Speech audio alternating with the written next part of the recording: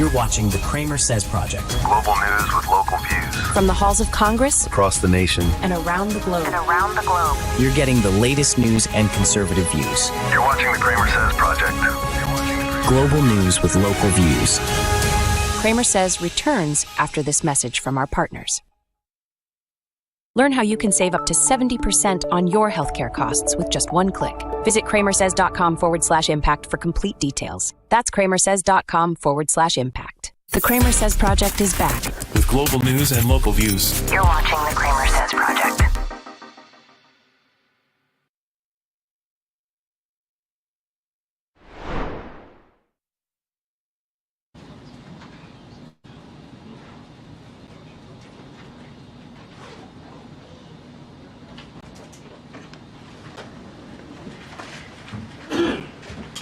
Hi, good afternoon, everyone. Good afternoon.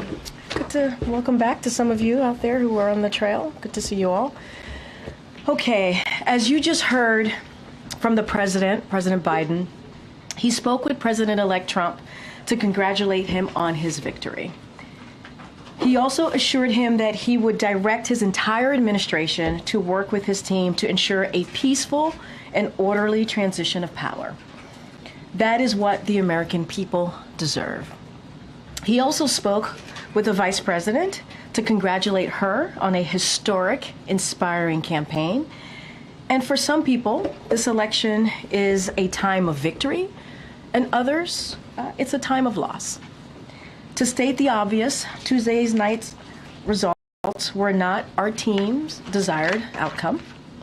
There's going to be a lot of post-mortem analysis of what happened in the coming days, in the coming weeks, even in the coming months. And so I'm going to leave those questions to the election experts. That is certainly not my role today. But what you heard from President Biden is that the struggle for the soul of America since our very founding crosses generations and is always ongoing and is still important today. The President and the Vice President accept the choice the country has made.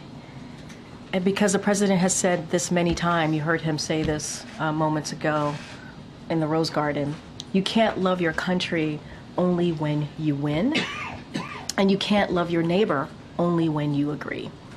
The President also spoke to the importance of the integrity of the American election system. It's honest, it's fair, and it's transparent. And it can be trusted, whether you win or you lose. The President and Vice President are proud to be leaving behind the strongest economy in the world. And the President and the Vice President are proud to have changed America for the better. That's going to be their focus in the upcoming remaining days. You heard the President say that we have 74 days left of his administration. And they are going to make every day count on behalf of the American people. Regardless of who voted for them. With that, Zeke? Thanks, Corinne. First off, do you have an update on when the President-elect will come visit the President here? So as we said in our statement yesterday after the Vice President spoke at Howard University, our teams, the President obviously invited the President-elect to the White House for them to meet. Our teams, their team and our team are working on that, and we certainly will share once we lock something in the near future. Second, when the President spoke in the Rose Garden a little bit ago, one thing he did not do was take any accountability for his party's defeat on Tuesday night. Does he feel any sense of responsibility for the outcome? Does he feel he should have done things differently through the course of this campaign? So there's a lot there, and let me, if you don't mind, give me a second to unpack all of this, because I think it's important for the American people to hear this as well. Look, the President has spoken to this, and I'll say it again here. He was certainly inspired by the campaign that the Vice President ran. And when he decided to pass the torch over to the Vice President, you saw the party come right behind her, support her, right after he was able to do that. And it's because she was the right person for the job. You heard him say that in 2020, the reason why he selected her as her running mate, because he knew she would be able to do the job on day one. And you heard that obviously once he decided to pass the torch, which he didn't think about, like give any second thought, right? He thought about it and did it. Like, it wasn't something that he gave a second thought to, as I just said. He knew it was the right thing to do. And I would want to say as well is that if you look at the 4 years, almost 3+ years, there are some historic accomplishments that they were able to do together, whether it's beating Big Pharma, and now Medicare is able to negotiate, whether it's getting a bipartisan infrastructure law, whether it's the PACT Act, the Bipartisan Infrastructure, the CHIPS and Science Act, thank you so much. These are things that were able to get us out of the pandemic. And you heard me say at the top that the president is proud to leave the strongest economy for the next person that's coming, for the president-elect. And that's what they're going to inherit. But with all of that said, and this gets to your question, despite all of the accomplishments that we were able to get done, there were global headwinds that because of the COVID-19 pandemic, obviously COVID-19 led to disruptions with the supply chain, and it had a political toll on many incumbents if you look at what happened in 2024 globally. And that's part of what you saw, right? You saw that there was a political toll on incumbent parties around the world here. Now, I'm going to be very mindful and leave the political analysis to the pundits. They're going to dig in, they're going to look under the hood, they're going to see exactly what happened. But what we saw 2 nights ago was not unusual to what we have seen from the incumbencies around the world on the global stage. To restate my question, does the president feel any responsibility for the outcome? The president understands that he's going to respect the will of the people. That's what he understands. He understands that the American people made a decision, and he's going to respect that. He believed he made the right decision. When he stepped aside, decided that he wasn't going to run, he automatically... Guys, here's the thing, and we can't rewrite history. We have to remember what happened in 2022. 2022 is a perfect example, actually, because when we came out of 2022 midterms, we saw a successful midterms for any new administration in over 60 years. And it was because of the president's policies. And let's not forget that all of the accomplishments that the president did, again, I had listed the bipartisan infrastructure legislation, CHIPS and Science Act, the Inflation Reduction Act. Those are popular with the American people. They are. Those policies were indeed popular. And that's what got us through the 2022 midterm. It was supposed to be a red wave. That didn't happen. And so coming out of that, we did see some historic markers there. And so the president believed that he needed to do. He's always going to put the American people first. When he decided to step down and endorse immediately the vice president, that's what he thought was the right thing to do in that moment, in that time. One last one for me. Sure. I'm sure my colleagues have a few to unpack there. But the president entered office. He said he went around and traveled around the world. And he's always recount this anecdote of, I'd say America is back, and then they would say, but for how long? The world now has that answer. It was 4 years and 2 days. Does the president feel like he has let down America's allies and partners? That now someone with a very different worldview than him will now be in the Oval Office? So look, I'm not going to get into what the president-elect is going to do, not going to do. I'm not going to do that. What I'm going to say is the president's message is going to continue to be the same. American leadership matters. How we conduct ourselves on the global stage matters. We are indispensable nation on the world stage. That is what the president believes. And that is something that he's heard, to your point, when he was around the world. And he appreciates the cooperation that he's received from our partners and our allies. If you think about Ukraine and how we were able to make NATO stronger and get more than 50 countries behind Ukraine. When you think about what's happening in the Indo-Pacific to the Middle East. And so cannot speak to what the next administration is going to do. I can only speak to what the president was proud that he was able to do over the last 3+ years. And that's going to continue to be our focus. And that's what we believe is the right thing to do on behalf of the American people. Okay, Nancy. Thank you. Does the president have any regrets about when he chose to leave the race, or any regrets about deciding to run for a second term? So, look, the president is very proud of what he was able to accomplish. He was very proud, and when he made that decision to hand over the torch, pass the torch to the vice president, he believed it was the right decision to make at that time. He believed that she was ready. She was ready to lead on day one, and has been very proud in what he's been able to deliver.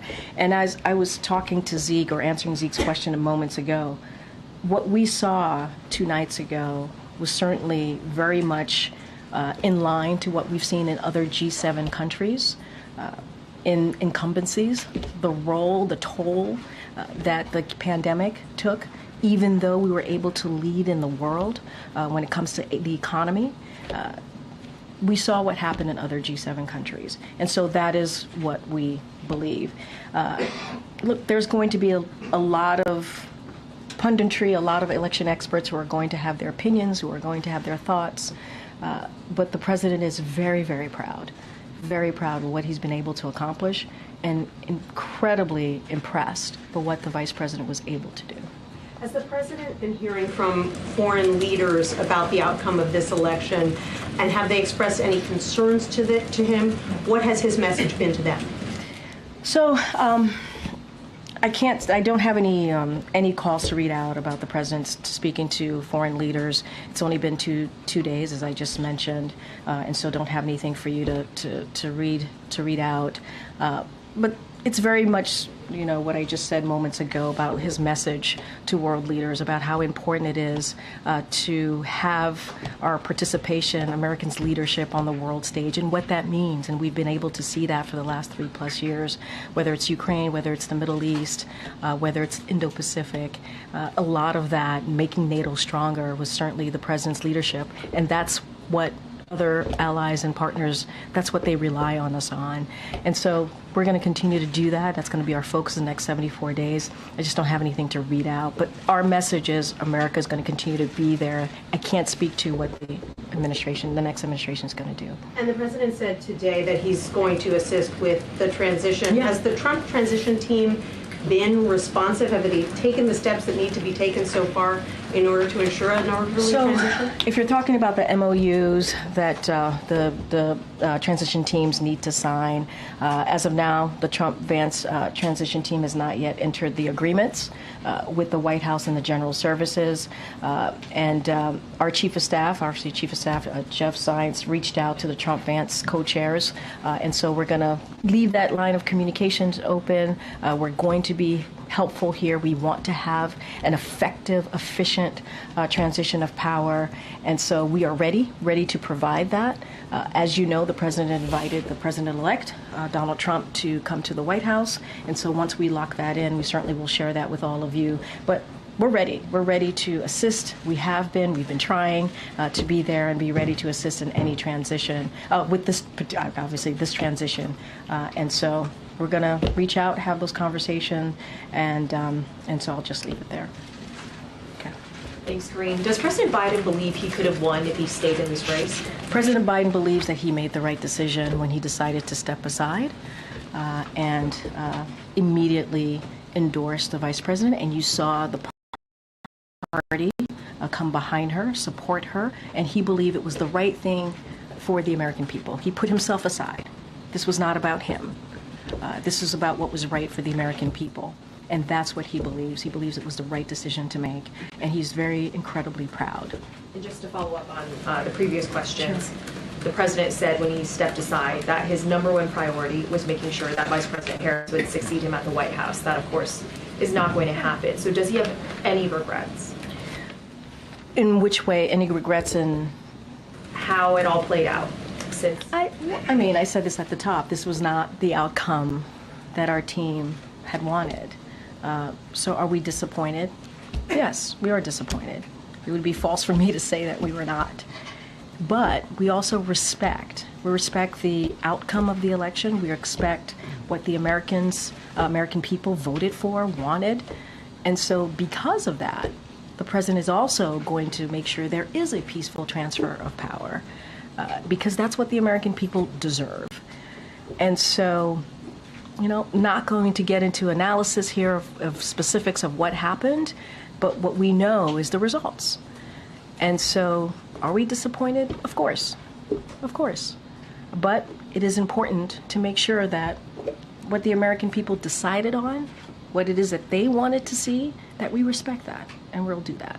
And what are the president's top priorities in the next 70 or so days? When Trump comes in, he could undo quite a bit of what President Biden has put in place for executive action. So a couple of things. Again, I'm not going to get into hypotheticals here about what the president-elect is going to do or not do. I can tell you a couple of our focus, things that we're going to focus on in the upcoming 74 days. And we're going to make sure that we keep the government open. We're going to deliver assistance for communities devastated by Hurricanes Helene and Milton and other recent disasters. We're going to pass the NDAA, that's important. And we're also going to make sure that we confirm well-qualified judicial nominees. That's going to be certainly our focus in the next 74 days. And I'm just not going to get into the next administration, what it is that they're going to do or not do. I can speak to what our focus is going to be. Gotcha. Green, in 2020, President Trump did not invite then President-elect Biden to come to the White House. President Biden has elected now President-elect Trump to come. I'm curious if that was a hard decision for him, given that he didn't have that offer 4 years ago. So, look, you mean a hard decision for him to make, President Biden to make right now? Biden now. I mean, you've covered the president for a long time. I think you covered him when he was vice president. You know Joe Biden, right? You know that this is a person that cares about the American people, that respects the office. And if anything, he has shown that not just the 3+ years, he has shown that as senator, as vice president. And so it is not surprising to me that he would do the right thing on behalf of the American people. This is not about the president-elect, right? This is about the American people. They deserve a peaceful transfer of power. That's what this president understands and wants to make sure that we execute the Biden-Harris administration. And so that is what you saw. That's what you're going to see. That's what you heard from him. You heard that from the vice president as well yesterday when she was at Howard. And that's what you're going to see over the next 74 days. So I think it is in line with who this president is and how he sees the importance of respecting the American people and how it is important to make sure we truly, truly have a peaceful transfer of power. And him being the president, the current president, the onus is on him to make sure that happens. There's been a lot of criticism in the last couple of days directly addressed at President Biden for some of the questions that have already been asked. Running in the first place or not stepping aside faster. Some of that criticism has also been directed at his team and the advisors around him for advising him to do what he did. Can you address that criticism? To do what he did, meaning? Running again, not stepping aside faster, and showing what some people say, quoting folks here, an arrogance of believing he was the only one who could beat Donald Trump. I mean, you said something at the end that I do want to just kind of reiterate and remind folks, and it was a good reminder to me, which is like, look, this is the president who has been the only person has been able to beat Donald Trump. I mean, that is true. In 2020, he was able to do that. There were more than 20 candidates who tried to beat him, and he was the one that has been able to do that. I talked about what happened in the midterms, how it was historical for a new administration in more than 60 years to have been able to have that type of outcome from the 2022 midterms when everybody said it would be a red wave. What I will also say is that he's incredibly proud of the campaign that this vice president ran. Incredibly proud of her.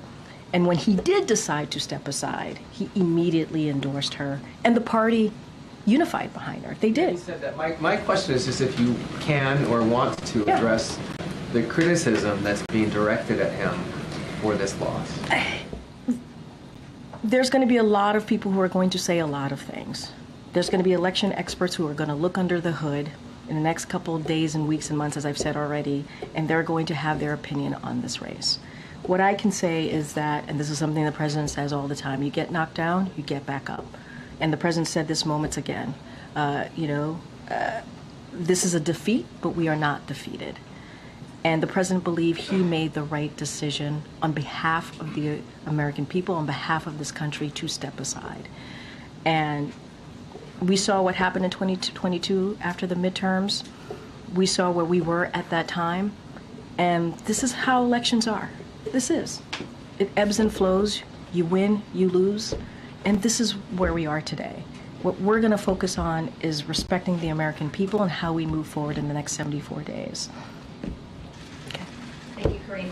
You talked about the influence that the 2022 midterms had on the president's thinking to decide to run for re-election. But around that time in 2023, polls showed that roughly 80% of Americans believed at that time that the president was too old to serve another term. Did he believe those voters were wrong? What he believed is what 14 million voters decided in the primary, to make him, and the vice president, obviously she was on the ticket, the nominee. That's what happened. 14 million for this current past primary. 14 million Americans decided that. So they made their decision on who they wanted. They did. That was decided. Now, as we know, in July, the president made a decision to step aside, and he immediately, again, decided to, without thought, without second guessing, endorse the vice president. So you had 14 million Americans who made that decision in the primary. But around that time in 2023, the president's team also very firmly encouraged other rising stars, luminaries in the party, people who had participated in the primaries in the 2020 cycle, to rally behind the president and not to consider their own ambitions. Was that the wrong call? I'm not going to get into conversations. I'm not going to get into that reporting. It is not unusual for people to rally behind the leader of the party. In this case is Joe Biden for the Democratic Party. It is not unusual for that to happen. I'm not going to relitigate or get into what was said, not said. I actually don't have any information on that. What I can say is what the president decided to do, what the president believed, and what the president's going to continue to do is put the American people first. That is the most important thing for him. Does the president have worries about what the country and what this office will look like after January 20th? Look, the president is going to certainly, again, respect what majority of Americans decided. They decided they wanted Donald Trump to be president, and he's going to respect that. I don't want to get into hypotheticals about what's going to happen in the next administration, not happen in the next administration. We are proud. The president is incredibly proud of what he has been able to do for the American people. And that's going to continue to be his focus. I talked about the legislative focuses that we're going to have in the next 74 days.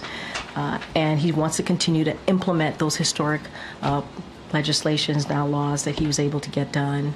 And, the next administration is going to inherit a strong economy, which he's very proud about. But I think for now I'm going to leave it there.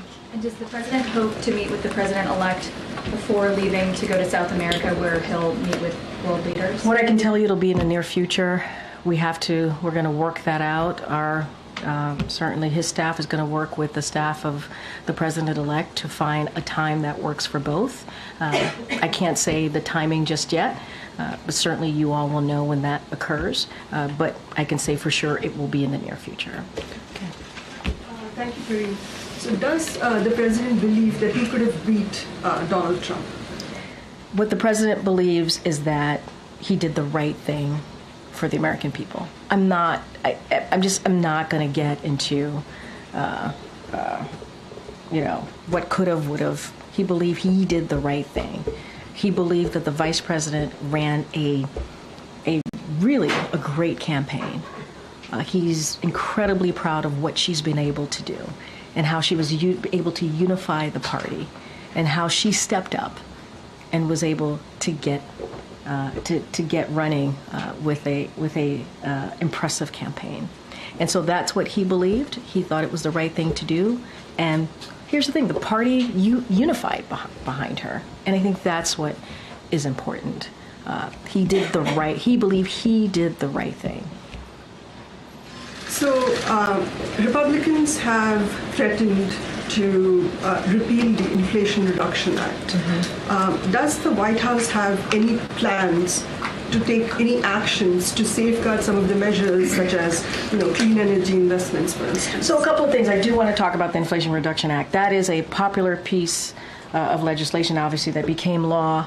That is, when you think about climate change, the most comprehensive law to be passed to deal with climate change. I talked about beating Big Pharma. When you think about Medicare now being able to negotiate, and not only that, you're obviously to negotiate to lower cost. I mean, there is so much that comes out of the Inflation Reduction Act. Only Democrats voted for it. You have heard us warn about Congress trying to repeal that, and it is popular. We saw what happened when they tried to repeal the ACA, the Affordable Care Act, which became popular and helped tens of millions of people get health care. And so that should be a warning for them. That should be a warning for them, not to go after something that actually helps the American people, that actually delivers on key priorities, and that is actually popular. So I'll leave it there. Okay, John. Thanks, Kareem. One of the issues debated, discussed quite a bit during the course of the campaign was the issue of reproductive rights. Is the White House, the president, concerned that with a Republican in the White House, Republicans controlling the Senate, a super conservative majority on the Supreme Court, at the very least, we don't know what's going to happen in the House, that reproductive freedoms for women will be rolled back? I mean, that is something that we have said consistently that we are concerned about. I believe 3 national bans on abortion were introduced in Congress. This is something that Republican elected officials continue to go after, the rights for women to make decisions on their own body. Very difficult decision, a decision that should be kept between a woman, her family, and her doctor. And so, it is incredibly concerning. And we're talking about women across the country whose health could be at risk. And so what I can say is the president and the vice president is going to continue to stand with majority of Americans on calling on Congress to restore the protections of Roe v. Wade. That's what we want to see. Are we concerned? Yes, we're concerned. Nothing changes about our concern about that post-election. And Republicans in Congress have made themselves very, very clear. And so we're going to do everything that we can. When we have taken steps to protect women and this decision, important critical decisions that they have to make. And so that will certainly continue. You said the vice president ran a great campaign, and yet she underperformed in every state compared with President Biden when he ran in 2020. Why do you suppose that was? I'm not going to do punditry from here. That is not something that I'm going to do. I'm not going to dive into the data. I'm not going to do that. There's going to be plenty of time for election experts to look under the hood, to tinker around in it, figure out what happened. I'll leave that to them to deal with. But I would say she ran an impressive campaign. Some of you reported that. What she was able to do, it was impressive. How the amount of money she was able to raise, how she was able to put together a campaign around her, right? A campaign that obviously the president built and was happy to hand that over to her, and she stepped up to the moment. Now there's going to be a lot that's going to be discussed about what happened, the data, exactly what occurred, and so I'm going to leave that to them. But what I will say, and I think this is just a data point that I've been talking about what we've seen in G7 countries, what we've seen with incumbencies after the pandemic, because what the disruptions that the pandemic caused, even though we did everything that we could to have policies to get us out of the pandemic and leading the world on the economic front, there were political toll, right? The pandemic led to some political tolls for incumbencies. That's just a data point that I'm sharing with all of you that has been consistent to what we've seen with G7 countries. And so I'll just leave it there. Go ahead, Karen. say recently in the summer that the former President Trump's vision for America is dark and that it's not who we are. But given the results on Tuesday night, does he think he misjudged where the country is right now? Look, the country spoke. They did. Majority of the country spoke. They were very clear on where they wanted to see the direction of this country. And we're going to respect that. We are. We're going to respect that. But to your question about what the president said, the president always believes it is important to be honest. He sees it as an obligation to be honest to the American people. And that's what you heard from the president that said there. But again, American people made a decision. We're going to respect that. We're going to have a peaceful transfer of power. That is something the president is going to lead, right? He's going to lead by example. That's what you're going to continue to see in the next 74 days. Thanks, Corinne. Picking up on that point just a little bit, earlier you said that the White House's view when it came to reproductive rights did not change from pre- and post-election. The president repeatedly referred to Donald Trump as a threat to democracy over and over again. And this morning, though, he said we're all going to be okay. So, was that just political rhetoric? I mean, if you know the president, you know that him saying we're all going to be okay, he's an optimist, right? He believes when you get knocked down, you get back up. We lost, but we're not defeated, right? We suffered a defeat, but we're not defeated. And that is the president's optimistic nature. And it's very similar to the question that I just got from Karen. The president believes, as you asked me about the threat to democracy, believes in being an obligation to be honest to the American people. And we cannot forget, it wasn't, just really quickly, it wasn't just the president who was saying this, right? I mean, you had the former president, now the president-elect, talked about an enemy within, right? He talked about mistreating Americans who disagree with him, about terminating the Constitution. We heard from his former chief of staff, John Kelly. And let's not forget the former defense secretary, Mark Esper. We heard from them and what they had to say. So we weren't the only ones saying that. And the president does believe that he needs to be honest, has an obligation to be honest to the American people. Now we're in a situation where the American people have spoken, and we're going to respect the outcome of the election 2 days ago because we have to respect our election system. It's important to do that. And at the same time, he's still a leader. He wants to make sure that he shows optimism, right? He wants to make sure that people understand that there is a tomorrow, right? There is going to be another opportunity to have your voices heard. And so that is very much quintessential Joe Biden, I think, if you have followed him and really reported up on him for the past several years. To be clear, you still believe that Donald Trump is a threat to democracy? I think that the president was very clear what he stated, and it was very honest. And what we are trying to do, and I get your question, what we are trying to do is respect what the American people decided. We're not trying to cause any divisions here. We're trying to be very respectful of what the American people, but again, when he spoke, he wanted to be honest with the American people and shared what he believed, and it wasn't just him.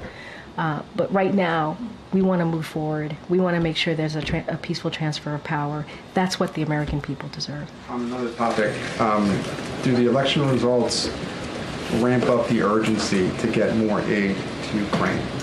So look, I think in September, the president talked about surging aid to Ukraine, and we've been hearing us kind of announce aid to Ukraine over the past several weeks, if not months, and so that's not going to change. We're going to surge and get that out there to Ukraine. We understand how important it is to make sure they have what they need. And so that hasn't changed. That is no different. And so we're going to surging that aid to Ukraine. We're going to continue to make sure that they have the strongest, everything that they need on the battlefield to push back against Russia's aggression. So that certainly doesn't change. And we have taken action to strengthen Ukraine's air defenses and enhance their battlefield capabilities. And so we are committed. We continue to be committed. But we've been surging that aid for some time. Like I said, when the president made an announcement back on September 26th. And so that's going to continue for sure. And one last one, if Sure. I may. Senator Sure. Bernie Sanders, he says that he has suggested that party leadership abandon the working class. What's the White House response? I mean, look, obviously we respect Senator Sanders. He's been a partner with us in many of the important historic pieces of legislation that we were able to get passed. Certainly the senator has been a partner with us. Here's what I will say to that is the president has been called the most pro-union president when it comes to working class, right? Pro-union, if you think about unions, we're talking about the working class, right? And he's done everything that he could to make sure that we created jobs where you don't need a college degree, right? Think about the Bipartisan Infrastructure Act, you think about the CHIPS and Science Act. Those legislation created jobs, are going to create thousands of jobs where you literally could get a six-figure salary a year and not have to have a college education. And the president created 16 million jobs in the past more than 3+ years. And it is because wages went up, right? Unemployment has gone down. And he believes everybody deserves a shot. You hear him say that. Everybody deserves a shot. And building an economy from the bottom up, middle out, making sure that we are continuing to grow the middle class. I think you see that in his policies. And so, respectfully disagree with the senator, and I think you can talk to unions, you could see the jobs that we've been able to create to disprove that. And this is a president that cares certainly about the people who do get forgotten, the people who are not able to make ends meet. He understands what it's like to sit around a kitchen table trying to figure out how you're going to pay for a medical bill, how are you going to pay for your kids' school, how are you going to pay for groceries. And so this is the vice president. Go ahead, Kim. President-elect Trump has heard from a number of world leaders since the election, Xi, Macron, Zelensky, Netanyahu. What is the level of concern that Trump may try to conduct foreign policy in this transition period and get in the way of some of the president's foreign policy priorities? I mean, look, it's not unusual, right, for a president-elect to hear for world leaders, especially after an election win. I don't have anything beyond that. I'm not going to speculate beyond that, and so I'm just gonna leave it there. And does the president see this election as a setback to some of the efforts he's been making to try to get the hostages released, to try to bring peace to Gaza? So look, since you mentioned Gaza, we're going to continue to work to get to advance diplomatic efforts, obviously to end the war in Gaza and secure the release of all the hostages. That's what we're going to continue to do, and as well as our efforts to get to a resolution in Lebanon that ensures citizens on both sides of the blue line can safely return home. And so that's going to continue in the next 74 days. That's going to continue to be a focus, and that's going to continue to be a commitment. Does this make it harder, though? It's asking for speculation. I'm not going to speculate. All I can speak to is what we're committed to do, but that doesn't change. That certainly doesn't change. Go ahead, Tam. Thank you. As you said, the Trump team hasn't yet signed those memorandums of understanding with GSA. Does that in any way impede your ability to help there be a smooth transition? Are there any practical implications in terms of what this White House is able to do? Okay, a couple of things. I'm glad you asked this. So there are two memoranda of understanding under the President Transition Act. The first one is the MOU that's with the GSA, which offers services like office space, equipment, and supplies. And then the second MOU is with the White House, which outlines access to agency employees, facilitates and information. So yesterday, the Chief of Staff here, Jeff Zients, reached out to Trump Vance transition co-chairs, that's Howard Lutnick Mike and also Linda McMahon to make clear our intention to lead an orderly transition and reiterate the role the agreements play in initiating transition activities. Zients, Jeff, acknowledged the public comments in mid-October by co-chairs that they intend to execute on the MOUs, which both parties in the past transition have agreed to. So he stressed that the White House and the administration, we're ready to assist. They said that they were going to, and so we'll leave that to them. What happens if they don't get something? I'm not going to get into hypotheticals from here. Anything now? I mean, look, we're here to assist. We want to have a peaceful transition of power. We want to make sure they have what they need. I laid out, there was a reason I wanted to lay out the 2 MOUs for folks to understand. And look, they said they have an intent to do so. We're going to leave it to them. That is really a question for them to answer. We are ready. We are prepared. We want this to work. And so we stand by that. And we heard from the president today. However, he did not take questions. We're hearing from you. We would like to hear from the president. It's traditional for the president to come out. It would be much easier to ask him, for instance, how he feels about the election. Sure. Are you going to make that happen? He will be looking forward to talking to all of you soon. And when that happens, we will let you know. You're talking about like a actual press conference? Press conference. Okay, we have 74 days. Go ahead, Dan. Thanks, Karine. Does President Biden... does President Biden fear for Ukraine's future after Donald Trump's victory, given that he's, talks about cutting aid, about pushing through a peace deal? Look, I've been pretty consistent the past couple of questions. I don't want to speculate what the administration is going to do or not do. I'm going to focus on today. I'm going to focus on the next 74 days. That's what I can speak to. As you've seen, this president, our allies and partners have rallied behind Ukraine, stood up to Putin's brutal invasion of Ukraine, building a coalition of more than 50 countries to make sure Ukraine had what it needed on the battlefield. And we're going to continue to do that. We're going to continue to surge assistance, support that they need to Ukraine so that they are able to defend their freedom and fight for their independence and protect themselves from Russia's aggression. That is what we're committed to. That's what we're going to continue to do. I'm just not going to stand here and speak to what the administration is going to do or not going to do, the upcoming administration. I'm going to ask you to speculate one more time about something else. On a related note, Vladimir Putin said today he was ready to talk to Donald Trump. Would that be a good idea, do you think? I'm just not going to speak to that. I mean, he's the president-elect. That's what the American people decided. I can speak to what we're going to do the next 74 days, our continued commitment to make sure that Ukraine has what it needs to beat back Putin's aggression. And that's what I'm going to speak to. Okay. Thanks, Karine. I have 2 questions on pardons. The first, does the president intend to pardon any administration officials or people that Trump has threatened with any sort of legal actions? He's got 74 days, as you mentioned. Yeah, I know pardons is going to be a big part of the questions that I get here over the next several weeks and couple of months that we have.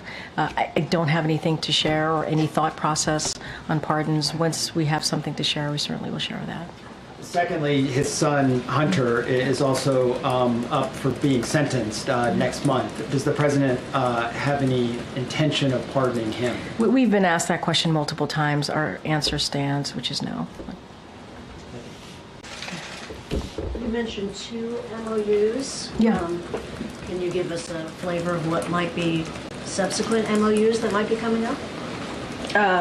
I was talking about the transition and how that there's 2 MOUs that are related to the Transition Act, Transition Presidential Act, and that's what I was speaking to. I don't have anything else beyond that. This is part of the Transition Presidential Act, and that's what I was speaking of. I just wanted to make sure that there was an understanding that there's 2 MOUs. I don't have anything beyond that. Okay.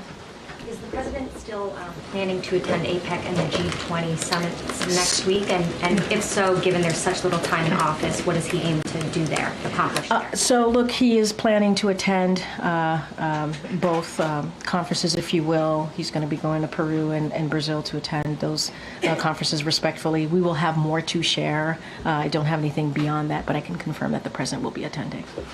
Okay, Anita in the back. Thank you. Two foreign policy questions. First of all, what are your top foreign policy objectives in the next 74 days, especially vis-a-vis the Americans being held in Gaza and in Ukraine?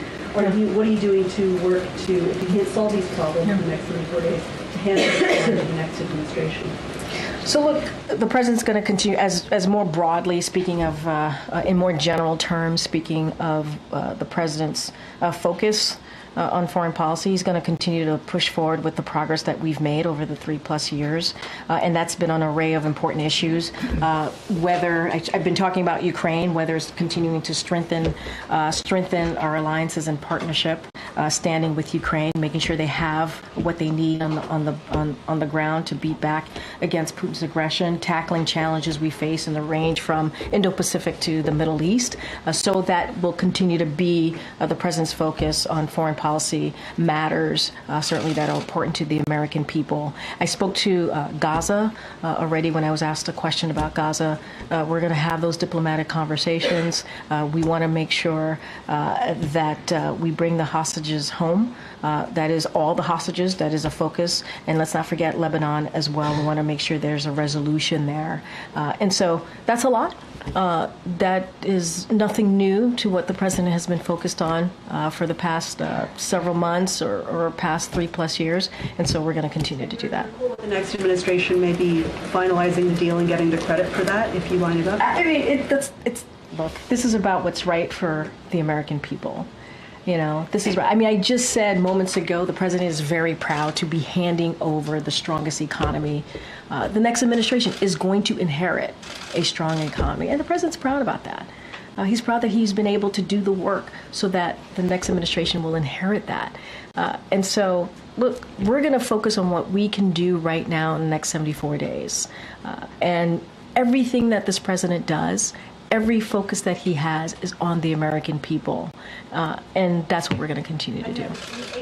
At the G20, what is the president's message to China and the other 19 members of the G20, especially vis-a-vis climate change, which, President Trump has a very different policy. And we'll have more to share on what the goals and what the message is going to be when the president travels next week. I was able to confirm that he'll be attending those two conferences. We'll have more to share for you all, but I think we've been very clear on our messaging when it comes to the Indo-Pacific, when it comes to China. I think we've been very clear on that, but we will certainly have more to share. Okay, Jared. Considering the outcome of the election, what is the White House's message to Black and Brown communities, LGBTQ Americans who are fearful of the vulnerabilities of a Trump administration, given some policy proposals like eliminating DEI mechanisms, banning LGBTQ, bans in healthcare and classrooms, and how is the president thinking about ways he can advance or preserve civil rights, his agenda in these final days? So look, the president and the vice president, as you know, have put civil rights as one of the top issues in their administration, and we have taken action to make sure that people who are vulnerable and did not have protections or needed additional protections, we made sure that we did everything that we can with this administration so that people in those vulnerable communities feel protected. And that's something that the president and the vice president believe in, are very proud of, and continue to do. And when it comes to this election, I said this, we did not have the desired outcome. There are some people who are celebrating and some people who are heartbroken by this moment. And we understand that. But the reality is majority of the American people voted. And so we're going to respect that. I don't have any new policies to speak to, but for those who are hurting, we see you, we hear you, we understand what you're going through, but don't have anything else to speak to. One more question. There are reports of racist text messages targeting Black Americans being sent across the country, particularly on college campuses, Ohio State, University of Alabama, Clemson University. And these messages are claiming to be from Trump supporters. indicating that recipients have been selected to, quote, pick cotton on plantations. These messages were quickly condemned by campus and civil rights leaders, but is the White House tracking this, and what concern does the White House have about the outcome of the election leading to heightened hate speech? Well, look, I have not spoken to the team here about that reporting. It does sound concerning, obviously. I would have to go back and get a better sense of what is indeed happening and what, the facts are.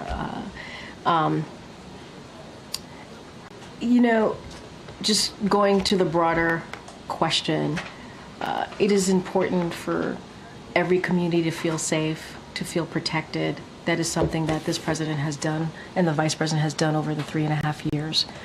We understand how vulnerable communities can feel, and it is important that we do that.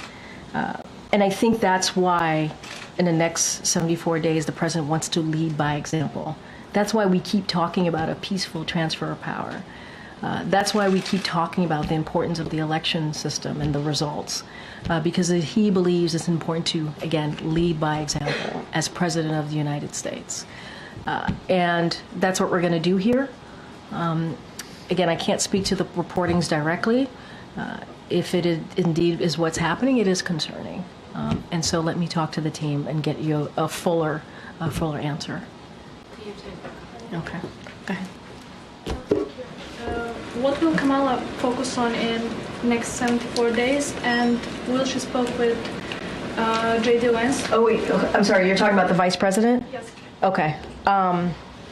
So I think I talked about what the administration, which obviously includes the vice president, what we're going to focus on the next 74 days.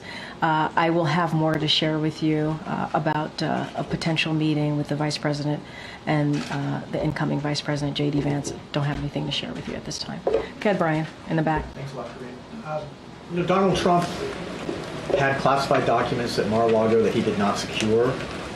Does the president have concerns about classified information being given to Donald Trump in the next 74 days as part of the transition, that Donald Trump will not take steps to protect that?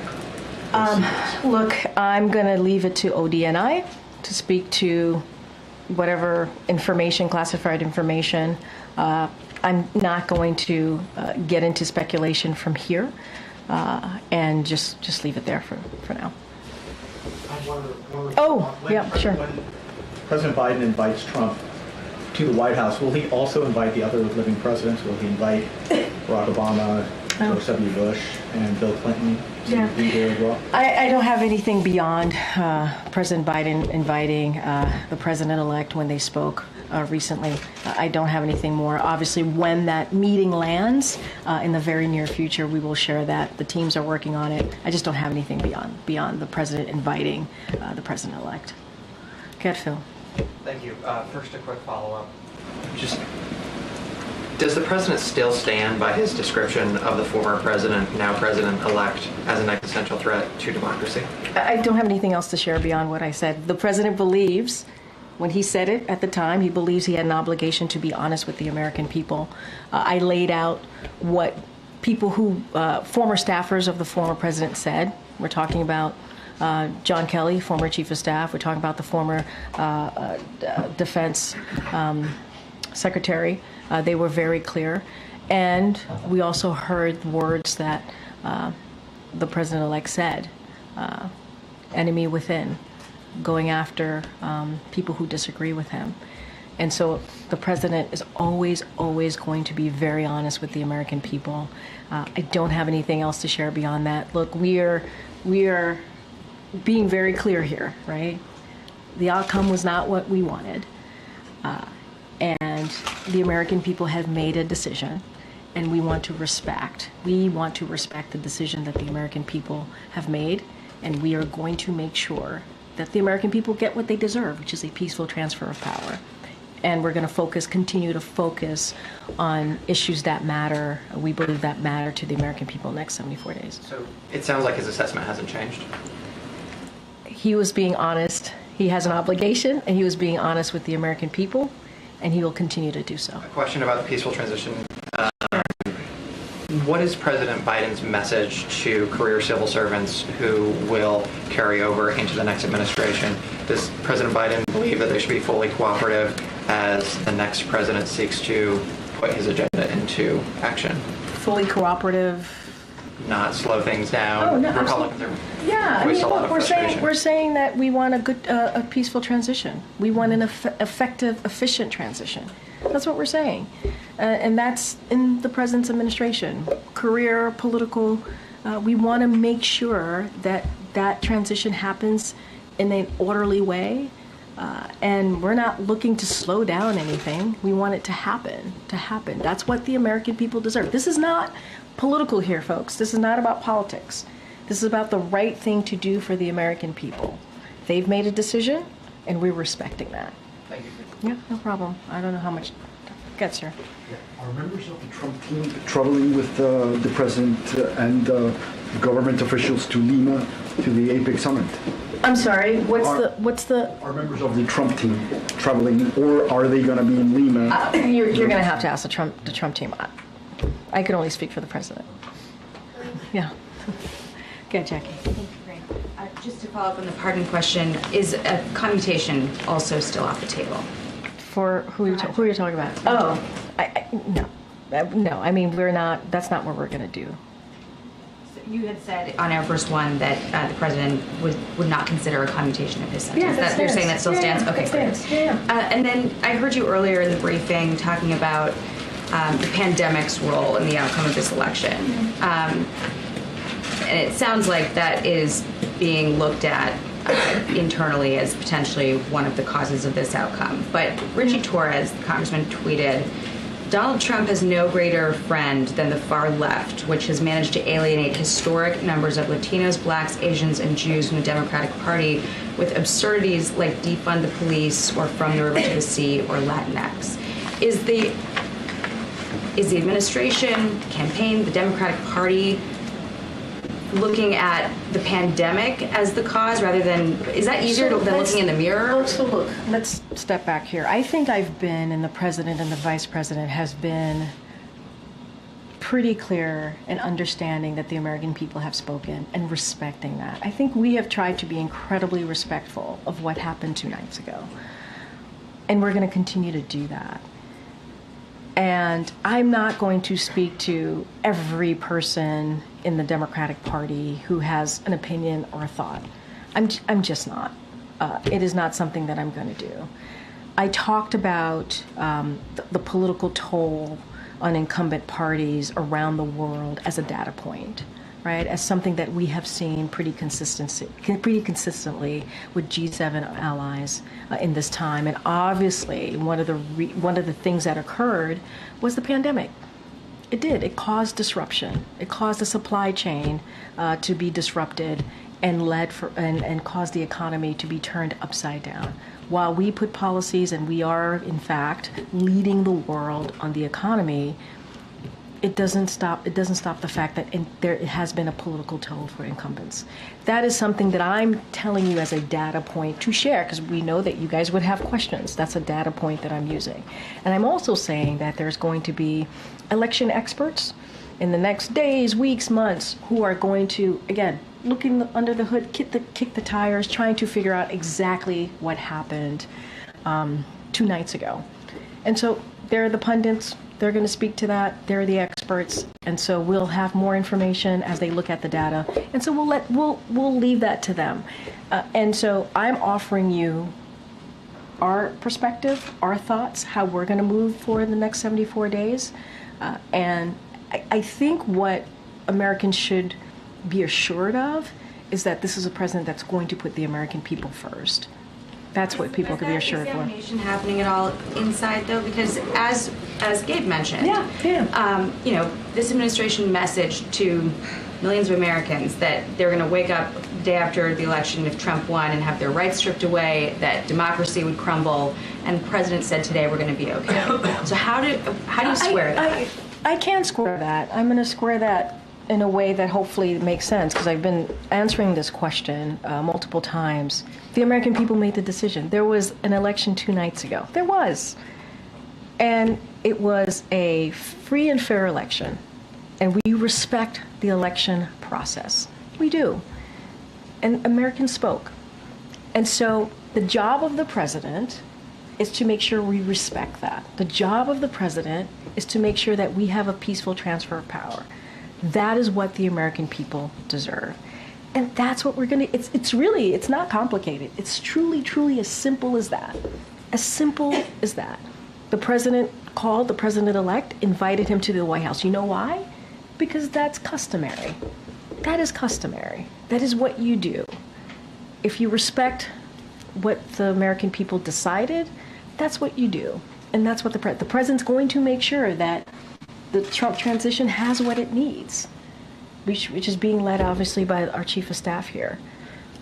Why? Because the president wants to lead by example. It's not complicated. It really isn't. And you know, that's important. Example is the message to people who are fearful based on what the messaging was about the stakes. Well, now you're just twisting everything around, and that's really unfair. No, it is. No, Jackie, it's unfair because I've been standing here trying to be very respectful to what happened the last two nights ago. Being respectful. I've been standing here saying that we respect the decision that the American people made. I've been standing here and saying that the president's going to put the American people first. I've been standing here talking about how the president's going to make sure that they get what they deserve, which is a peaceful transfer of power. I do not appreciate having my words twisted. That is, I have been very clear, very clear about what the president wants to do, and the vice president. We want to make sure that we deliver for the American people. They deserve a peaceful transfer of power, and that's what you're going to see. Thanks, everybody. You're watching the KramerSez Project. Global news with local views. From the halls of Congress Across the nation. and around the globe. You're getting the latest news and conservative views. You're watching the KramerSez Project. Global news with local views.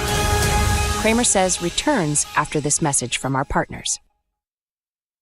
Learn how you can save up to 70% on your healthcare costs with just one click. Visit KramerSez.com/impact for complete details. That's KramerSez.com/impact. The KramerSez Project is back. With global news and local views. You're watching the KramerSez Project. You're watching KramerSez. Let me be clear. KJP's day in the sun is almost over. Welcome to the show. My name is Kramer. This is the KramerSez Project. We just wrapped up KJP's first presser since Trump's historic win. And folks, it's let me put it this way. It's a little comical to see how, as they're all saying now, how demure they're being. For the last 4 years, well, the last 7 years, but in particular the last few weeks, all we've heard is the same message over and over and over again. Trump is a fascist, he's a threat to democracy, and MAGA are Nazis. And now they want kumbaya? We'll get into that here in just a moment. She's talking in this briefing, folks, about Joe stepping aside and that there are ebbs and flows, and sometimes you win and sometimes you don't. And they're going to respect the will of the people. That they're not going to do what MAGA did on January 6th. Here's the question. Why are they suddenly giving up? After fighting Trump so hard, why did Biden say today, we're going to be okay? We're going to be fine. After calling him a fascist, calling him Hitler, calling you garbage, why does suddenly it's hands up in the air and they've suddenly given up? Well, they haven't suddenly given up. There's still going to be all these legal fights that go between now and January 20th. We don't know what they're going to do on January 6th. If we believe what Jamie Raskin says, it's going to be Civil War conditions because they're not going to certify the election. That's what Jamie Raskin said that he was going to do, that's what the plan was. Now, Biden is saying something completely different. The Biden administration, what KJP was saying today is that, oh, no, we respect the will of the people and we want a peaceful transfer of power. What's interesting about all the questions that they asked about, they didn't ask a single question about Joe's cognitive decline and what role that played in the election. They blamed everything else. They said his decision not to get out earlier, not to allow a primary. You see, Joe is the president. He had dementia. You knew that. You waited too long. Joe's not in charge. Jill may be, but Joe ain't. So the Democrats had an opportunity a year ago to go to Joe and say, hey, listen, and do their pressuring then, but they didn't do that. They had the opportunity to go after Trump immediately after the 2020 election, but they didn't. They waited. They waited until he made notice that he was going to run for office. The moment that happened, Letitia James came down on him. Jack Smith came down on him. The DOJ came down on him. He gets raided at Mar-a-Lago. Everything happens within moments of two things happening. Trump announcing and Hunter Biden's laptop being revealed as the real thing. That's when Mar-a-Lago and all that bullshit started. They're trying to make you believe that Kamala lost because of Joe. Kamala Harris didn't lose because of Joe Biden. He didn't help her, but that's not why she lost. He lost because he's a dementia patient. Keep in mind, Trump is the first political candidate, the first presidential candidate in U.S. history to beat two Democrat presidential candidates in one election. He beat two, plus all the guys on the GOP in the primary. Think about that. The first time in American history that a president has had to beat two presidential candidates from the same party in the same election. It's crazy, crazy, crazy. The reason that Kamala lost, by the way, is because, well, she lied. She told us one thing and then did another. She laughed and she bragged about locking up black men for smoking pot, and then laughed and bragged about smoking pot. People saw through her, how fake she was. She couldn't articulate what she wanted to say. Simple questions, yes or no questions. And she had to go into long diatribes and just explain. And we all know that she came from a middle-class family, which wasn't true at all. Her dad was a college professor. Her mom, they were both educated. They were both upper class and Marxist. They didn't tell you about any of that, but we did, and people listened. She couldn't show up. She wouldn't show up. She wasn't where she needed to be. And when she did show up, she seemed either out of sorts or completely drunk. Time and time again, she looked like she was channeling Nancy Pelosi, which was hilarious, by the way. If you saw her, it's not a good morning. I'm not going to say good morning, because it's not. It's terrible. She looked like a 3-year-old child. The one thing that they're going to be pushing over the next few weeks is that they're already starting to push it. And you've got to push back when you hear this. When you hear another moron repeat this line I'm about to tell you, push back against them. And make them show you that they're correct, that the economy is doing great. KJP this morning on 4 different occasions said that Trump is inheriting a fantastic economy. Does the economy seem fantastic to you? You see, I'm a business owner. I see what's going on in the business. I'm in the advertising industry. And over the last 4 years in Indianapolis, 13 ad agencies have closed their doors. Why do you think that is? Do you think that's because the economy is booming? Or do you think it's because of what we learned just a couple weeks ago or a week ago, the Friday before the election, that none of the jobs numbers that the Biden administration has been bragging about are true?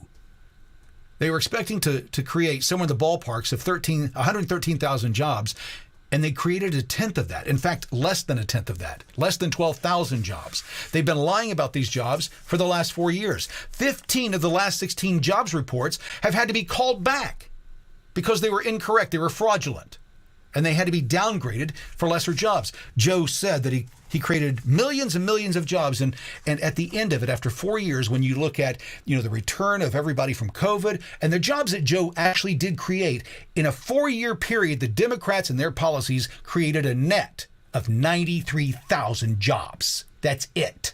93,000.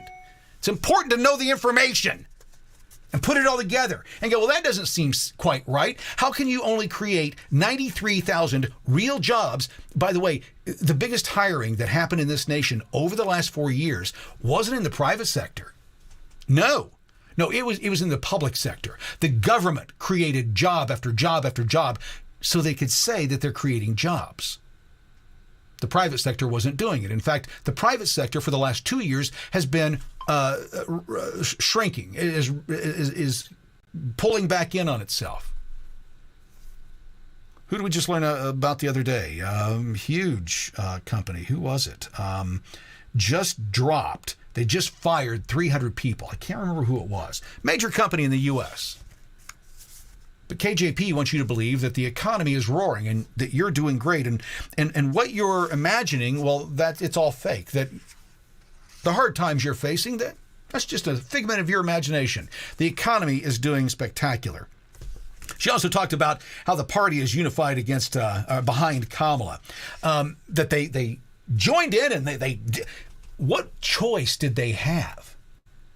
107 days before the election, you change the candidates at the top of the ticket, and you think that that's going to be successful? She did not run a successful campaign. Successful campaigns win. That would have been amazing if she'd come from a political standpoint. Listen, I look at things and I go, I'll give you an example. Bill Clinton was one of the best speakers, political speakers in our lifetimes. Genius. I can listen to the man talk. I don't agree with what he says, but he knows how to speak. He knows how to communicate an idea. And he knows how to tell a story while he's doing it. Obama, well, he could deliver a message, but he couldn't speak on his own. And he learned that the hard way just a couple of weeks ago when he went in front of, I thought it was funny, there was a meme that said, Obama, a half black man, went in front of black men, 100% black men, and told them they had to vote for somebody who wasn't black. Otherwise, they weren't black. They were racist and misogynist. That's what Obama learned this last week, that he doesn't carry the weight that he used to carry. That nobody's listening to this message anymore. We've moved past it. It's like that one person from high school, you meet him 40 years later at the reunion, and that hairdo that worked for them in 1982 and got them all the ladies, they're still wearing that. They haven't changed because it works for them. Obama's learning that the weight that he carries is not nearly as much as he thought. They also brought up the Infrastructure Deficit Reduction Act and what a great deal that it was for America. Folks, that is a red herring. And they're already talking about Trump trying to pull this back. You see, Joe Biden just a few weeks ago articulated very well that they had to brag on themselves. They couldn't just let us believe that we had an Infrastructure Debt Reduction Act. Nope, they had to come in and they had to brag about it, that's not really the Infrastructure Act. That's really just the Green New Deal disguised as the Infrastructure Act. Well, we knew that. How do we know that? Well, because only 9% of the money was going for infrastructure. The rest of it was going to the Green New Deal. So we expect that Trump and the Senate and the House will go back in and rectify that and pull that money back. What she's saying right now is that the economy is doing good, and it's pre-programming for you that life is perfect. What's interesting is they focused in this questioning on the success of climate change. That's what they were talking about in the infrastructure bill. They weren't talking about the infrastructure, the bridges, dams, roads, etc., that are going to be built. They didn't talk about that. What they talked about is the importance of climate change within the infrastructure bill. That's why it's got to be gotten rid of. Kamala ran a successful campaign. No, she didn't. She said it several times. KJP on several occasions said that Kamala ran a very successful campaign. She didn't. She lost. Here's the interesting thing. They bragged about all the money she raised. Look at all the money that the DNC raised and that Kamala raised. Historic amounts of money in the shortest period of time ever. Kamala raised almost $1 billion within just a few weeks, within 107 days. Amazing. Maybe you should also be aware that on Friday, Speaker Johnson requested the financial records of Act Blue. That's the fundraising arm of the DNC. Why did he do that? Well, because we investigated them a year and a half ago and found out that they were making fraudulent donations under the names of 70 and 80-year-old people that are on fixed incomes, sometimes taking their donations from a couple $100 a year to hundreds of thousands of dollars a year. So we went and knocked on those people's doors and we asked them, did you actually donate this much money? Guess what they said? No, I didn't. And it wasn't just one or two. It was 100% of the respondents that we talked to. James O'Keefe did a story about it. I did a story about it for the Gateway Pundit. We released it. That was a year and a half ago. Now, when we released it, people said, well, good luck. Nothing's ever going to happen. Those are always, that statement is always made by the people who don't do anything. They just sit back and make comments about everybody else that is. Now, we know that the wheels of justice move slowly. So we're okay with it. We've put the information in. I was a little disgruntled when I went and talked to Todd Rokita, the Attorney General of Indiana, about the situation. And he told me, this isn't really my bailiwick. And I said, well, it's a crime. He goes, I'm aware of that, but it's a federal crime, and we're not going to get into it. And then 6 weeks later, he changed his tune. I'd like to know from Todd what happened. What was that, Todd? Why'd you change your tune so bad? It's interesting. Kamala ran a successful campaign. We've got Mike Johnson going to investigate Acorn, or not Acorn, but it's the same thing, Act Blue, for this money that supposedly has been donated in these people's names. And what we've learned is that potentially 60% of those dollars, the money that KJP was just bragging about, up to 60% of that came directly from China and Iran. Election interference, election finance interference in our elections. And Act Blue and the DCCC, that's the Democrat Campaign Caucus Committee, I think is what it is, something along that line. They're all complicit. They know what's going on. Been telling you for a while that if Trump won, that so much information and so much news and so much insight is going to be coming at you. It's going to be like drinking truth from a fire hydrant. We've been looking at this for months. And what you're going to learn over the next few weeks, especially as this plays out and those that are guilty of crimes start to run for the hills and start to look for leniency or, hey, I'll tell you what happened, but you got to let me go. You got to give me immunity. I can guarantee you that's already happening. Why? Well, Michael Cohen says that he's leaving the country. He says he's going to change his name and leave the country. He's going to get a passport in Europe. He's gone. The rats are leaving the ship. Those who committed crimes know what they did. Now, there are some political beings that are going to say, well, you come get me and we'll make a stink. What you have to understand and what you have to get through in your cognitive dissonance is that everything that we've told you about these people is the tip of the iceberg. You haven't seen how completely dirty and corrupt they are and what sins they've committed, what crimes they've committed, not just against you and I, but against children, women, human trafficking, drug use, drug sales. You're going to find that our government has been involved in all of it. And what you've got to do is have an open enough mind to be kind of like the Germans post-World War II, when they were marched into the camps to show them what happened so that they would believe it. They'd seen it with their own eyes. They could not deny it. It happened. The same thing has to happen here. America's spoken. That's what KJP said, and they have respect for the voice of the people. That's political rhetoric. They don't. For weeks, they called us everything. For years, they've called us deplorable. Biden called us garbage just a few weeks ago. Well, that's because you made fun of Puerto Rico. It was a joke. Grow the fuck up. Fucking children. They want to find fault with everything so they can say, look, they're more evil. Today, the argument was, and this is, listen, life is not a zero-sum game. There was a post on Twitter this morning where it was talking about how the evangelicals and trans, how evangelicals turn their back on their kids all the time. Well, that's wrong. I don't agree with that. I don't think that you have to agree with each other 100%, but you shouldn't let these issues destroy your family. It happened in my family. Not the gay issue, other issues. But there was a period where I didn't have a conversation with my family for nearly 20 years.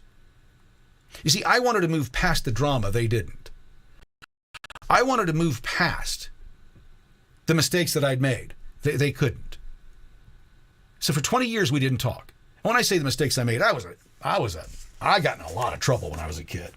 I was a bad kid. I was not a good kid. But I learned my lesson. I learned it the hard way. And that's why I'm so strict now. Because doing the wrong thing is so easy. It pays a lot better until it doesn't. That's the lesson I had to learn. And in doing that, I realized, well, wait a minute. I recognize those actions. I used to do that shit. And that's why I've been outing what we've been outing. That's why the Republican Party in the state of Indiana, it's not working for the GOP in Indiana. I know that because I worked for them for 10 years. And then they fired me because I spoke out against COVID. I spoke out against the lockdowns that our Republican governor was pushing, the mask mandates. I spoke out. And what did they do? They fired me. Now, I'm not sour grapes. I'm a talented guy. I have options. But what it shows you is that what we're fighting, folks, isn't against the Democrats.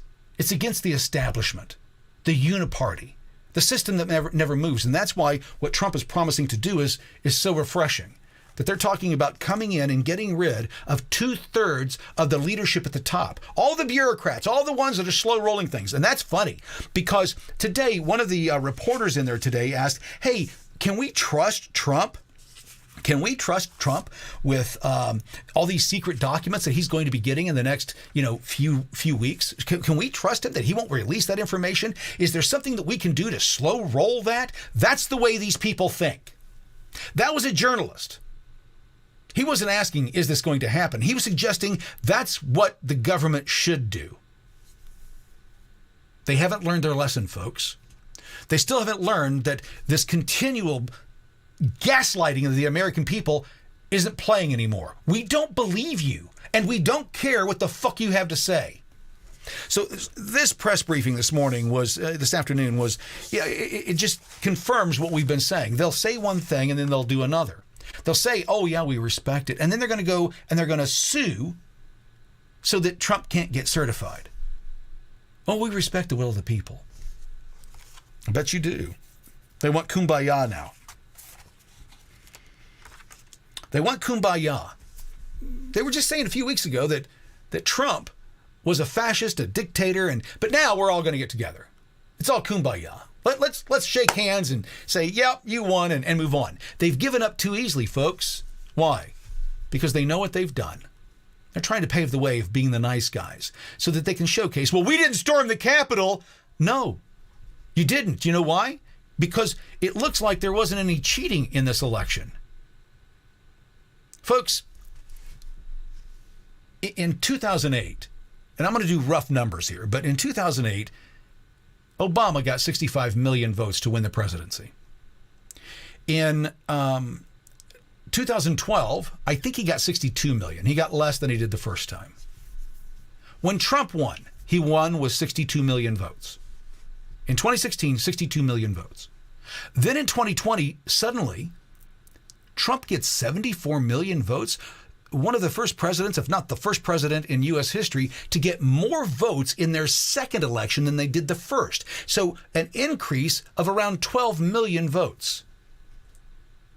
And Joe Biden, the guy that had run for president on a number of occasions and had to drop out because he's a plagiarist, well, he got 81 million votes. Quite the turnout.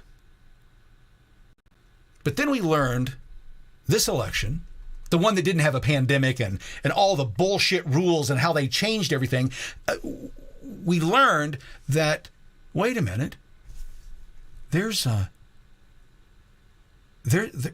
only so many votes in the country.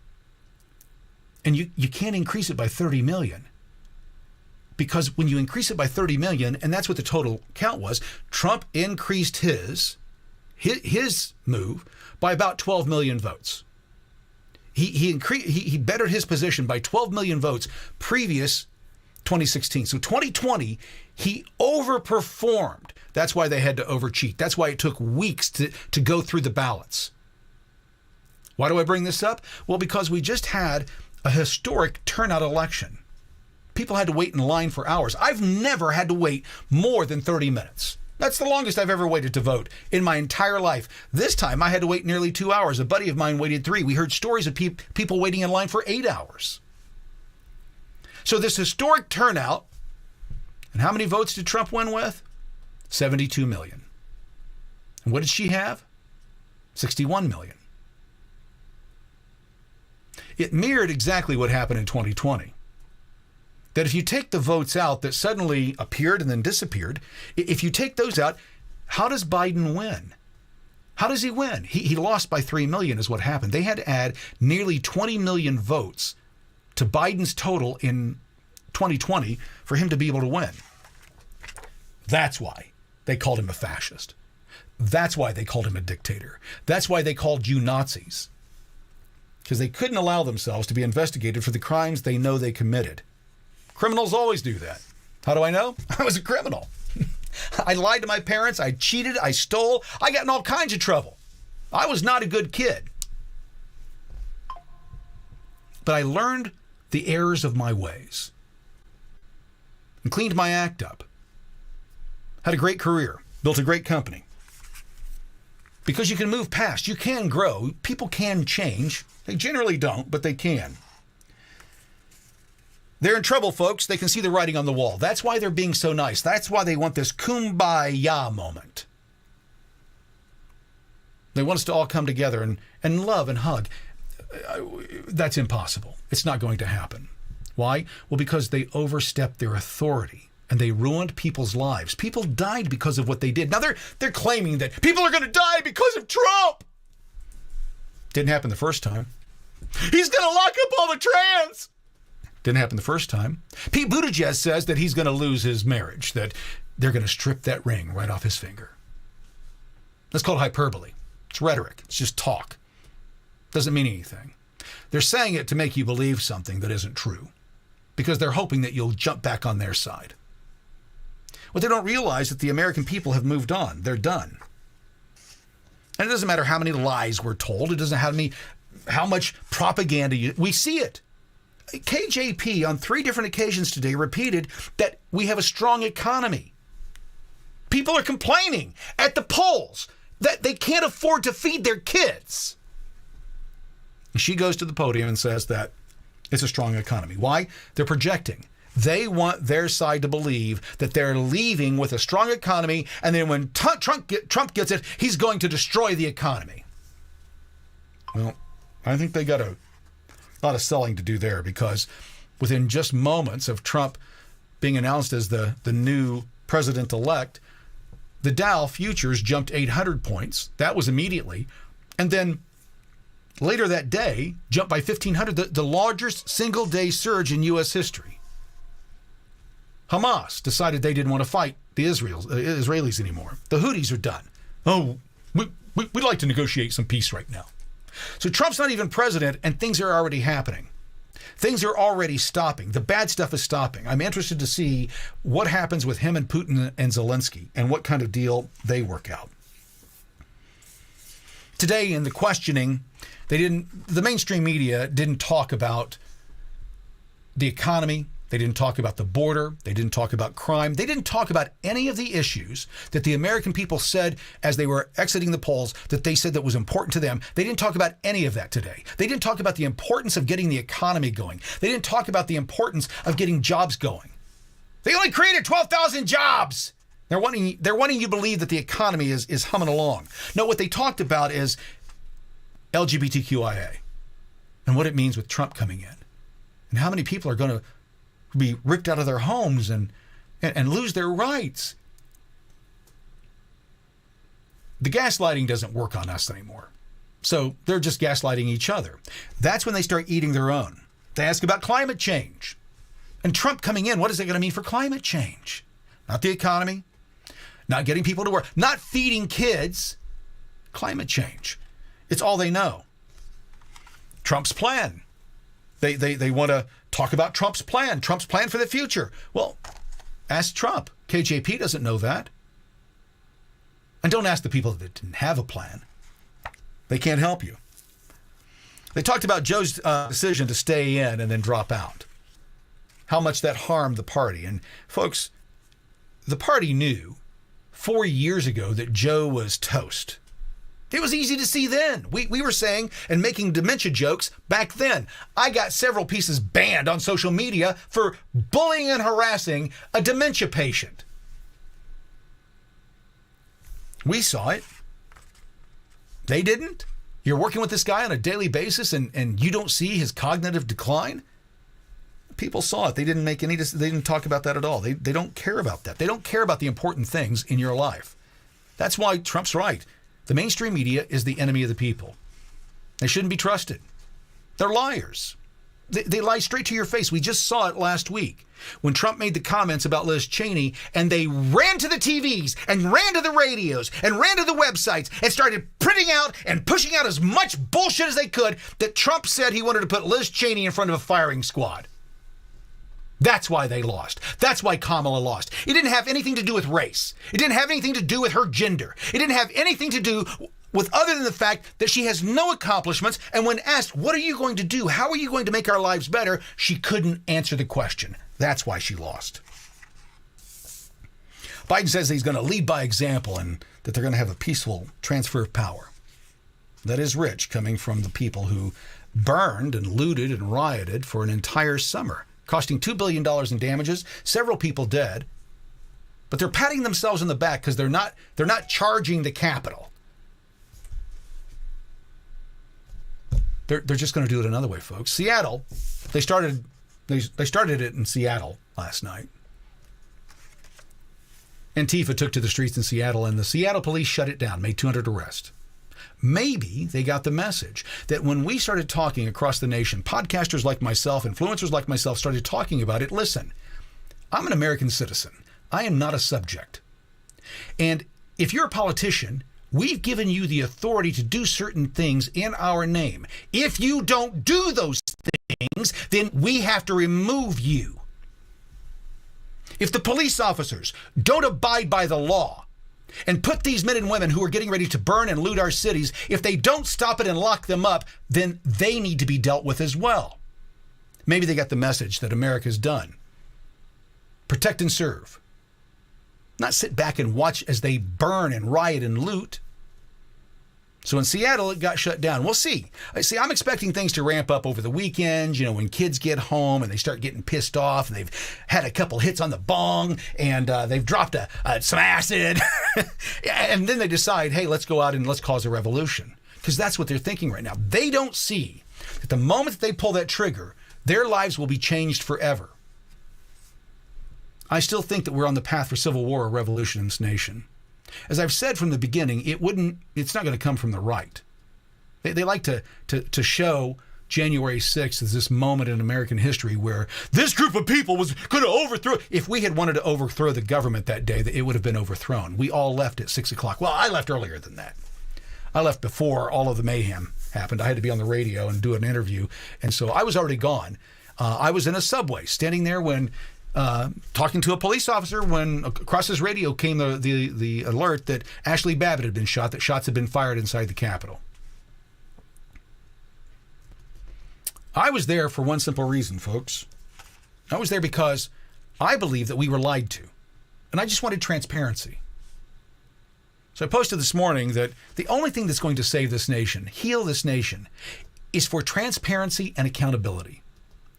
To open up and say these people have been doing wrong and they've got to go, and we don't care how far it goes. Listen, if we find out that some of my favorite political candidates or political people, that they've been wrapped up in fucking with kids or being a traitor or leaking information, all of that, burn them all at the stake. I don't give a shit. I don't care if they have an R or a D next to their name. I don't give a fuck. We've got to get back to law and order in this nation or we're in trouble. Hopefully the police and the prosecutors and everybody else are realizing that, because we're very close in this nation to people being dragged out of their homes, on the left or on the right.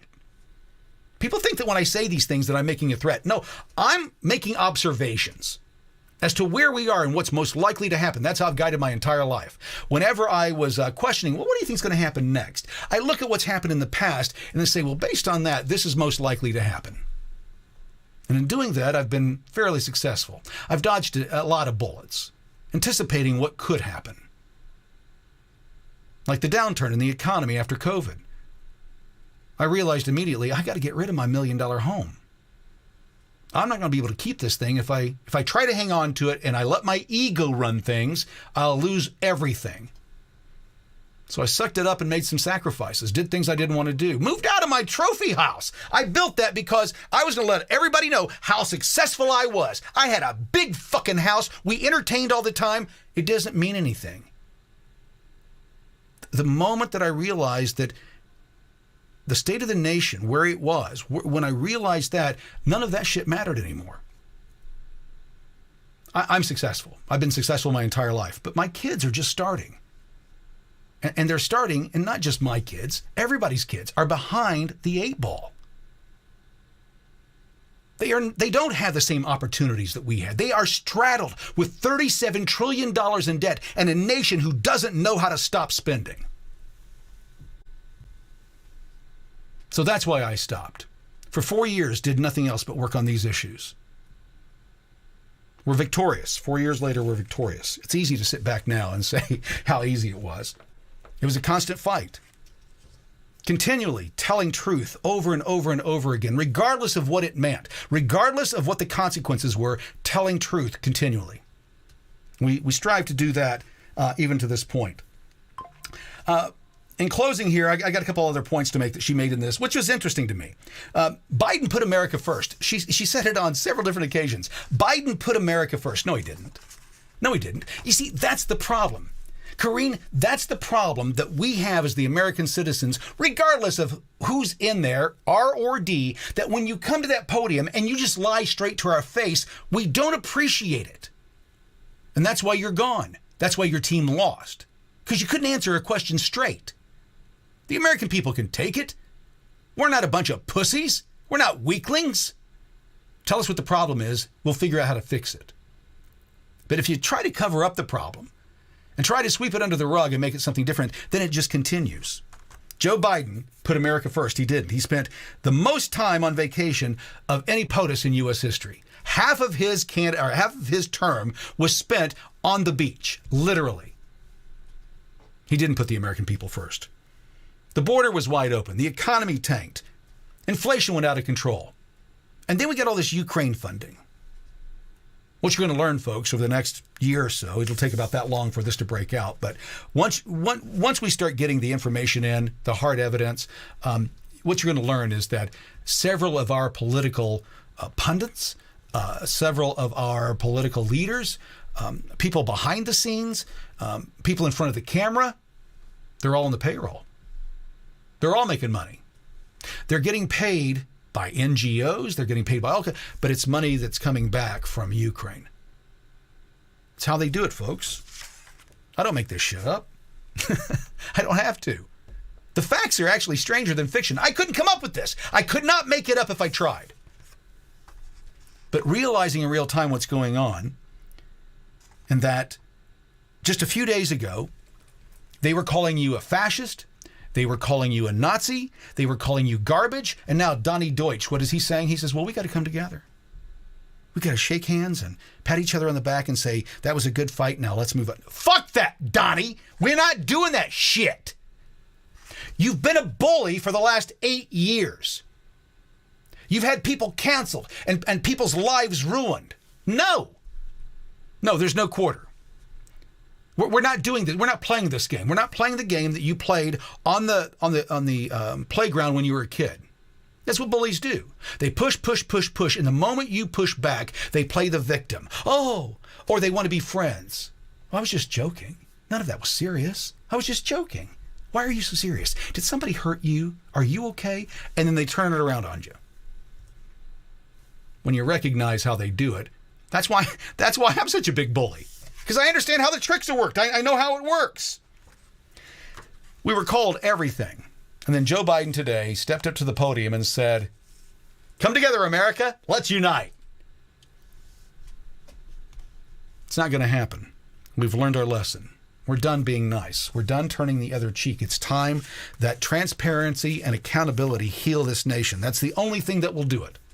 If anybody in Congress or in politics is listening right now, I don't care what position you have, start spreading the word. That's what America wants. We want transparency and accountability. We want to know what the fuck happened in our name and who was responsible for it. And did they break the law? And if they did, then hold them accountable. You've got Douglas Mackey who went to prison for a meme in this nation where the First Amendment is you can say whatever the fuck you want to say. Well, you can't say fire in a theater. You can. You're a dumbass if you think that. That was Holmes asking a hypothetical question. Are you saying that if I go into a theater and yell fire, that there should be no consequences? It was a question. It's not the law. It was a question in covering that issue. And guess what they came to the conclusion of? You can yell fire in a theater. Now, if somebody gets hurt, if there's repercussions, if there's a stampede and somebody dies, then yeah, that's your fault. You cried wolf. You said the sky was falling. People believed you. Now there are consequences for that lie because people got harmed. But I've gone into theaters on a number of occasions and said fire. Thought it was funny. Did it a lot when I was a kid. Like I said, I wasn't the best kid. I'm a little bit of a troublemaker. With that being said, let's get out of this. We are about what is this? An hour and a half in, something like that. Yeah, an hour and a half in. That was the wrap up. I'm going to be doing a show tonight at 8 o'clock. We got a lot of information about what's been going on, compilations of the crying and the whining, and you'll love it. We'll see you tonight. In the meantime, what? No, don't. What? Nope. Okay, we're just going to go. With that being said, I'm out of here. We'll see you tonight at 8. Thank you for watching Kramer Says Live. This concludes this broadcast. Please follow, like, and subscribe to be notified the next time The Kramer Says Project goes live.